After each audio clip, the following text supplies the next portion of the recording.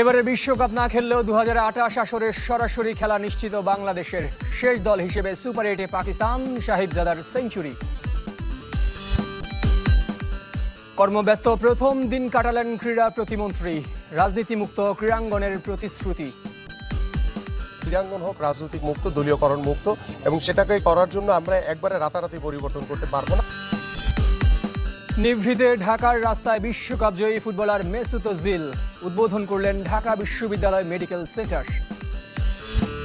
টি-20 বিশ্বকাপের এবারের আসরে বাংলাদেশ অংশ না নিলেও 2028 আসরে খেলা নিশ্চিত। 2028 বিশ্বকাপের স্বাগতিক দুই দেশ অস্ট্রেলিয়া, নিউজিল্যান্ডের সাথে আইসিসি র্যাঙ্কিংয়ের সেরা 10 দল অংশ নেবে সরাসরি। যে তালিকায় বিশ্বকাপের সুপার 8-এ খেলা 7 দেশই খেলবে সরাসরি। এর বাইরে বাংলাদেশ, আফগানিস্তান ও আয়ারল্যান্ড র্যাঙ্কিংয়ের কারণে সুযোগ পাচ্ছে। 9 মার্চের মধ্যে র্যাঙ্কিংয়ের অবস্থান বিবেচনায় নেয়ার কথা। এর মধ্যে বিশ্বকাপ বাদে আর কোনো দলের কোনো দ্বিপাক্ষিক সিরিজ নেই। বিশ্বকাপের বাকি 8 দেশ আসবে বাছাই পর্ব থেকে।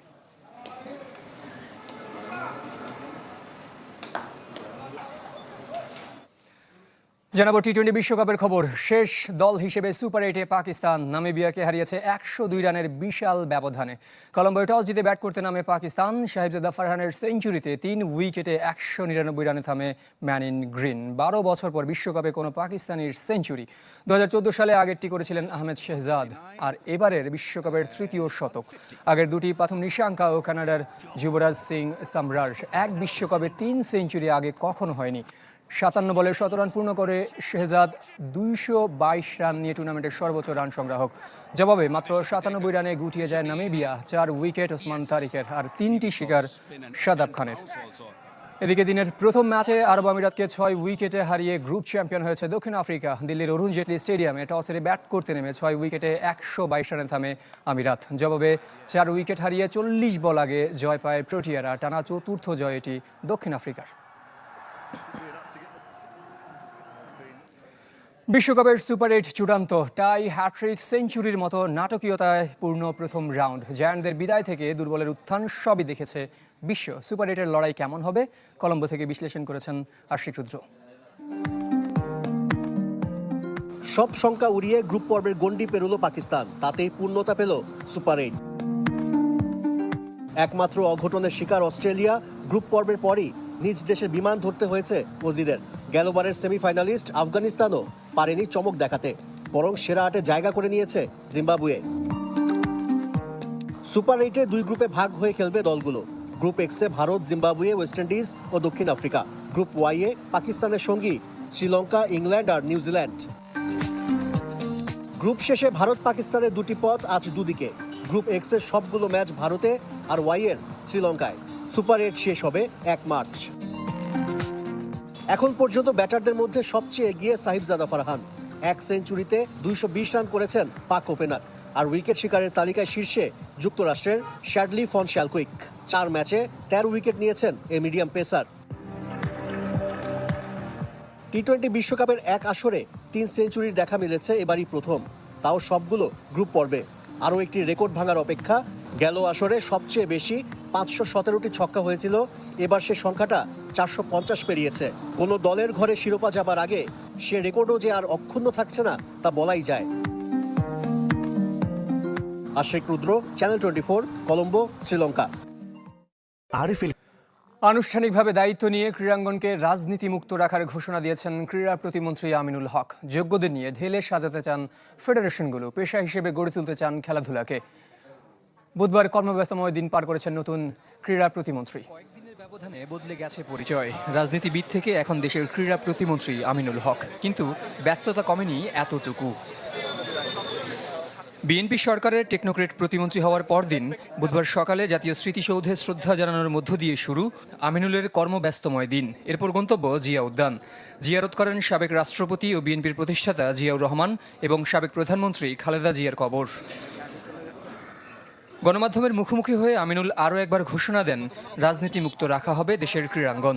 একবারে রাতারাতি পরিবর্তন করতে পারবো না, বাট আমরা স্টার্টটা করতে চাই আস্তে আস্তে। ইনশাল্লাহ আমরা একটি ভালো ক্রীড়াঙ্গন, এবং ক্রীড়াঙ্গনের মাধ্যমে যাতে আগামী বাংলাদেশের যাতে রাজনীতিতে একটি গুণগত পরিবর্তন আসে, সেটার বিষয়ে আমি সর্বাত্মকভাবে চেষ্টা করব। বিএনপি সরকারের আমলে ক্রীড়াকে পেশা হিসেবে প্রতিষ্ঠা করতে চান আমিনুল হক। তার জন্য যোগ্যদের নিয়ে ঢেলে সাজাতে চান ফেডারেশনগুলো। যারা ক্রীড়া সংগঠন, যাদেরকে দিলে আমরা ক্রীড়াঙ্গনকে নতুনভাবে ঘিরে সাজাতে পারবো। আমরা চাই যে সেই মানুষগুলো যাতে ক্রীড়াঙ্গনের দায়িত্ব নেয় এবং বাংলাদেশের সকল ফেডারেশনগুলো থেকে শুরু করে বাংলাদেশের যারা মানে বিভিন্ন ক্রীড়া সংশ্লিষ্ট যারা রয়েছে, আমরা চাই যে একটি নতুন আঙ্গিকে। বিকেলে প্রথমবারের মতো সচিবালয়ে নিজ দপ্তরে যান ক্রীড়া প্রতিমন্ত্রী, কুশল বিনিময় করেন কর্মকর্তাদের সঙ্গে। এরপর অংশ নেন মন্ত্রিসভার বৈঠকে। জহের সাগর, চ্যানেল 24, ঢাকা। নতুন ক্রীড়া প্রতিমন্ত্রীর কাছে পারফরমেন্স বিবেচনায় গুরুত্ব পাওয়ার প্রত্যাশা ফেডারেশন কর্তাদের, সঙ্গে ভালো ফলাফল পেতে তৃণমূলে নজর দেওয়ার আহ্বান তাদের। বাংলাদেশের প্রেক্ষাপটে স্পোর্টসের স্ট্রাকচারাল প্ল্যান লাগবে, গ্রেড লাগবে। ধরেন আপনি যদি সবাইকে একই গ্রেডে রাখেন তাহলে হবে না, আপনাকে স্ট্রাকচার প্ল্যান করে দিতে হবে, গ্রেড ABCD আপনাকে করে দিতে হবে। যারা সিনিয়র কোচ, সিনিয়র প্লেয়ার, এদের দিকে মানে গঠিত যদি হয় এবং এনাদেরকে যদি বলা হয় যে তোমরা ডেভেলপমেন্টের প্রোগ্রাম সাবমিট করো, একটা আই এম শিওর একটা ভালো প্রোগ্রাম সাবমিট হবে। চ্যালেঞ্জ বলতে যে আমাদের যে এই খেলোয়াড়রা আছে তারা কিন্তু ম্যাক্সিমাম এই রুজির কথা চিন্তা করতে করতে তার ফ্যামিলি কীভাবে তাকে চালাতে হবে সেই জিনিসটা মাথায় থাকলে একটা প্রতিভাবান খেলোয়াড় বা প্রতিভাবান যাই বলেন না কেন, শিক্ষার্থী বলেন না কেন, তারা কিন্তু এগোতে পারবে না। কাউকে না জানিয়ে ঢাকার রাস্তায় ঘুরছেন একজন বিশ্বকাপ জয়ী ফুটবলার। ভাবুন তো, সেই ভাবনাই সত্যি করেছেন জার্মানির বিশ্বজয়ী ফুটবলার মেসুত ওজিল। 2 দিনের সফরে এসেছেন তুর্কি দাতব্য সংস্থা টিকার কার্যক্রমের অংশ হয়ে। উদ্বোধন করেছেন ঢাকা বিশ্ববিদ্যালয় মেডিকেল সেন্টার। ঢাকা বিশ্ববিদ্যালয়ে ভক্তদের জনসমুদ্র। মূলত তুর্কি দাতব্য সংস্থা টিকার দুধ হয়ে এসেছেন বাংলাদেশে, যাদের অর্থায়নে নতুন সাজে সেজেছে ঢাকা বিশ্ববিদ্যালয় মেডিকেল সেন্টার, যার উদ্বোধন করেছেন ওজিল। সঙ্গী তুর্কির প্রেসিডেন্ট রিসেপ তাইয়েপ এরদোয়ানের ছেলে বিলাল এরদোয়ান। জার্মানির হয়ে বিশ্বকাপ জিতলেও এখন তিনি পিতৃভূমি তুর্কিয়েতে থিতু হয়েছেন, যুক্ত হয়েছেন নানা সামাজিক কার্যক্রমে। বাংলাদেশ সফরের প্রথম দিন গণমাধ্যমের সাথে কথা বলেননি, তবে তার অনুভূতি শুনেছেন ডাকসুর সহসভাপতি সাদিক কায়েম। বাংলাদেশের ছাত্র জনতার জুলাই অভ্যুত্থানের খবর আগেই জানা ওজিলের। ওজিলও জিজ্ঞেস করছিল তোমাদের লাস্ট জুলাই রেভলিউশনের আবু সাইদের কথা জিজ্ঞেস করেছে। জুলাই বিপ্লব পরবর্তী নতুন যে অবারিত সম্ভাবনা এবং স্পোর্টস নিয়ে আমাদের ভাবনা, কালচার নিয়ে আমাদের ভাবনা এবং সব মিলে একসাথে কীভাবে তার্কি এবং বাংলাদেশের ফ্রেন্ডশিপটা কীভাবে আরও শক্তিশালী করা যায় সেটা নিয়ে আমরা আলাপ করেছি। দীর্ঘ ক্যারিয়ারে 2009 থেকে 18 সাল পর্যন্ত জার্মান জার্সিতে 92 ম্যাচ খেলেছেন ওজিল। আর রিয়াল মাদ্রিদ, আর্সেনালের মতো জায়ান্ট ক্লাব ঘুরে 2023 সালে পাড়ি জমিয়েছিলেন তুরস্কে। এরপর বাসাকশেহিরের হয়ে খেলে বিদায় জানিয়েছেন ফুটবলকে। তবে এখনও কথা বলতে হয় ফুটবল নিয়ে। বাংলাদেশে তার ফ্যান বেস দেখেও অবাক হয়েছেন। ফুটবল নিয়ে আমরা বলেছি আপনার ব্যাপক বাংলাদেশের ফ্যান আছে, আপনার খুব পছন্দ করে এবং আমরা চাই বাংলাদেশের যে ফুটবল এবং ফুটবল ইন্ডাস্ট্রিটা খুবই রাইজিং। তো আমরা যদি একসাথে কোলাবোরেশনে কাজ করতে পারি এবং আপনার জায়গা থেকে একটু নার্সিং করতে পারেন, তাহলে এটা একটা অনন্য উচ্চতা আমরা নিয়ে যেতে পারবো এবং সে তার জায়গা থেকে সে আগ্রহ প্রকাশ করেছে। মঙ্গলবার ঢাকায় এসেছেন জার্মান বিশ্বকাপ জয়ী ফুটবলার। বৃহস্পতিবার রোহিঙ্গা শরণার্থী ক্যাম্পে ইফতার শেষে বাংলাদেশ ছাড়বেন ওজিল। শাফাত মিদুল, চ্যানেল 24, ঢাকা।